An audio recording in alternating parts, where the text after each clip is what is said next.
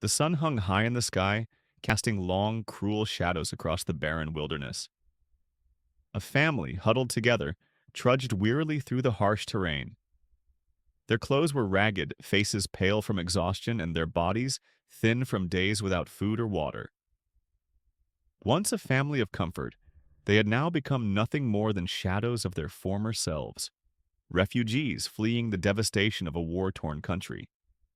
They had left their home in the dead of night, escaping the sounds of gunfire and the crackling of flames. Their journey, however, had been far from easy. With no clear path ahead, they found themselves wandering the unforgiving landscape, hoping for a glimpse of civilization, but instead encountering only desolation. They had become lost in a wilderness that seemed to have no end, each step heavier than the last. The youngest child, a girl named Layla, had been growing weaker by the hour. Her once bright eyes now seemed dull, and her labored breaths echoed in the silence.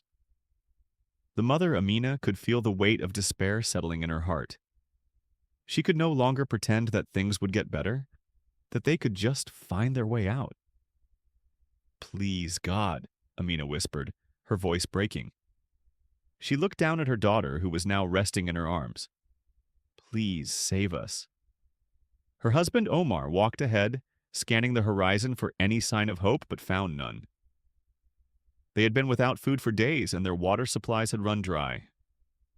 The mountains seemed unyielding, and the dense forest offered no shelter. Each day they grew weaker, their resolve beginning to fray. As the nightfall approached, Amina's desperation grew. She cradled Layla in her arms, her heart heavy with the fear that her daughter might not make it through the night. The little girl had barely spoken in the past few hours, and Amina could feel the heat of her fever, her skin burning like a furnace. Amina sank to her knees, clutching her child to her chest. "Please, God," she prayed, her voice trembling. "You have brought us this far. Please do not let my daughter die in the wilderness. Please, show us the way." She closed her eyes, tears mingling with the dirt on her face, praying with every ounce of faith she had left. Her mind, weary and disheartened, began to wander, but her heart clung desperately to the belief that somehow, somewhere, there was still a chance. Just as she began to feel the weight of hopelessness overwhelming her, she heard a soft rustle in the trees behind them. Her heart skipped a beat, and she turned quickly, her eyes searching the shadows. Out of the darkness stepped a figure, a man dressed in simple but well-worn clothing, his face kind but weathered.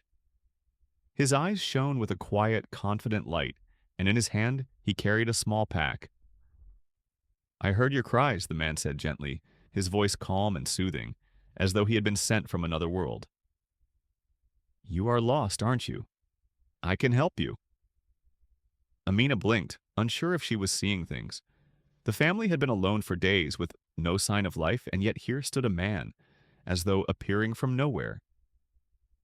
"Who are you?" Omar asked, his voice hoarse with both suspicion and relief. "I am a missionary," the man replied, "sent to guide those in need. I know where you can find shelter and medical help for your daughter." He knelt beside Amina and looked at Layla. "She needs care, quickly." Amina's breath caught in her throat. The overwhelming relief washed over her in waves. "How did you find us?" she whispered.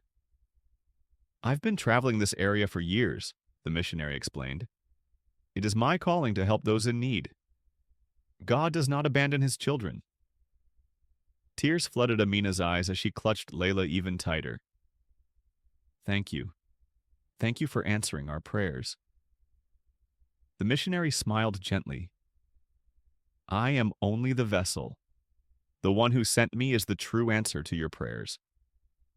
With the missionary leading them, the family followed him through the thick underbrush, their spirits lifted with every step. The journey was still long, but there was now hope. They soon arrived at a small, secluded camp nestled in a clearing, where several other refugees had already found safety. There was food, water, and the care they so desperately needed. Layla was examined by a kind nurse who immediately began to treat her fever, providing the child with much-needed relief.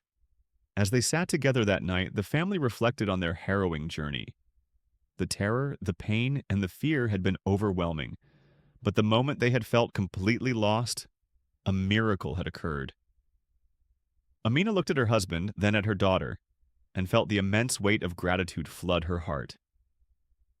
"We could have died out there," Omar said quietly, his voice thick with emotion.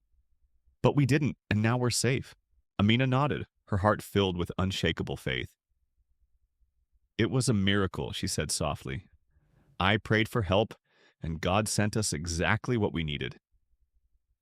As they settled in for the night, the family knew they had been given a second chance, a chance to rebuild, to find hope again, and to honor the faith that had carried them through the darkest hours of their lives.